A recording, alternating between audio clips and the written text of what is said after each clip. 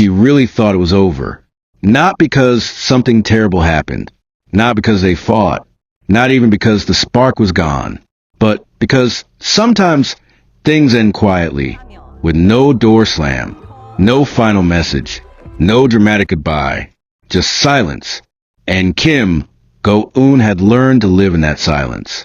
Before we go deeper, don't forget to subscribe if you love stories that explore what happens beyond the headlines.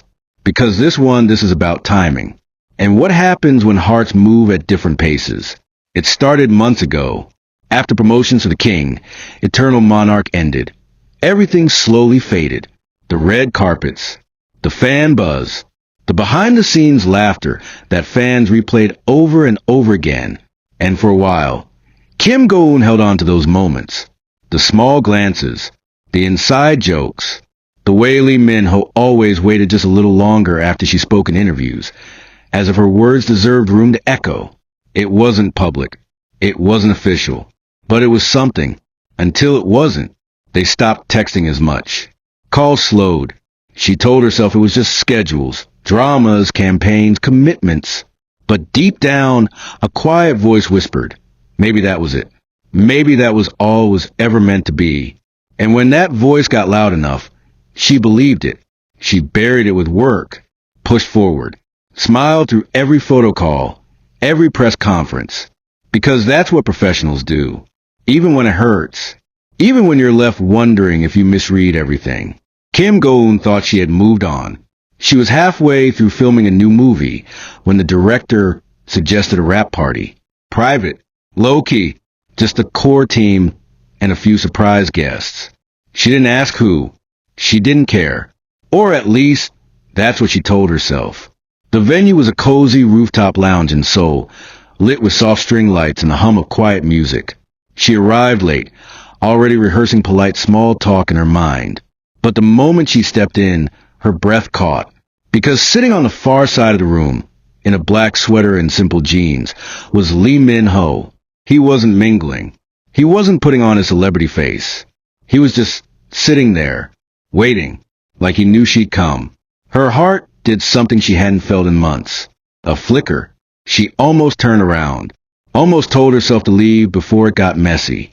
But then he looked up, and when their eyes met, it wasn't dramatic. It wasn't loud, but it was unmistakable. She walked over slowly, each step heavier than the last. He stood, smiled. Hi, going on? She blinked. That voice. The way he said her name like he hadn't stopped thinking it. Hi. A beat passed.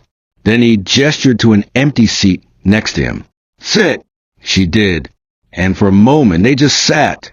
No catching up. No jokes. No pretending nothing had changed. Just silence.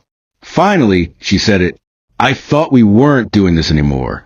He tilted his head, brows slightly furrowed. Doing what? This. Us. Talking. Whatever we were before. Lee Min-ho took a breath, eyes never leaving hers. You stopped reaching out. She looked away. So, did you? Another pause. He nodded. Yeah, I did. But not because I didn't want to. I thought maybe you needed space. That surprised her. Why would you think that? Because I've seen you give everything to everyone. And I didn't want to be one more person asking something from you. That hit deeper than she expected. He wasn't wrong.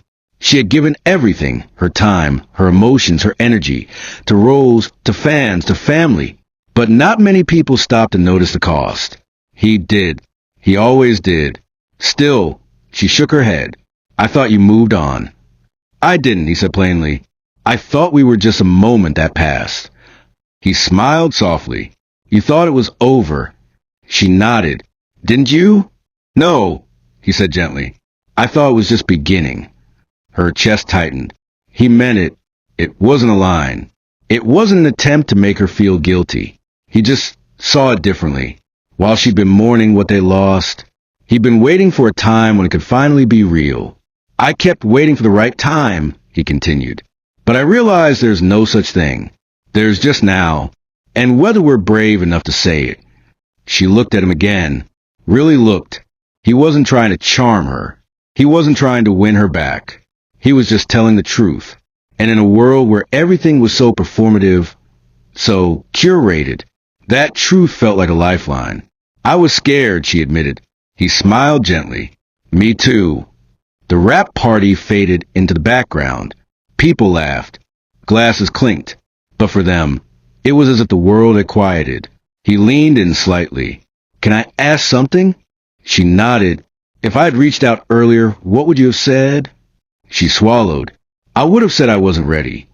And now, she looked at him, really looked, the man who had waited, the man who hadn't forced her to feel something before she was ready, the man who still believed in the beginning when she was convinced it had ended. Now, I'm not sure, but I'm not walking away. And that was enough. He didn't press her, didn't ask for promises. He just nodded, like someone planting a seed, not expecting it to bloom tomorrow, but trusting that it might in time. The night carried on, but something had changed. Between them, inside her. Later that evening, as she walked down the quiet streets of Seoul, her phone buzzed. A message from him. Just 4 words. Still here. Just beginning. She smiled. For the first time in a long while, she didn't feel heavy. She felt light, open, curious. The next morning, she texted him back. Maybe we begin slowly. And he replied, I've been ready. Because sometimes the story you think ended was never finished. Sometimes the silence isn't the end of the conversation. Sometimes one person is grieving the ending while the other is still dreaming of the beginning. And if you're lucky, you meet in the middle, where grief becomes hope, where the chapter turns, where love begins again. They didn't call it anything. Not love, not dating, not getting back together. There was nothing to define. It was just quiet and intentional. After that rooftop conversation, things moved slowly between Kim Go-eun and Lee Min-ho. Not because they were unsure, but because, for once, there was no rush, no deadline, no audience. They started small. A message here, a check-in there. Rap filming early today. How was your read-through? Just past the cafe we used to sneak coffee from during TKM. Still thinking about that movie ending. Want to talk about it. It was like learning to walk again. But together, carefully, gently, she was still filming. He was still balancing projects, meetings, charity work, scripts. But they made time. Not the kind of time you make when you're trying to impress someone.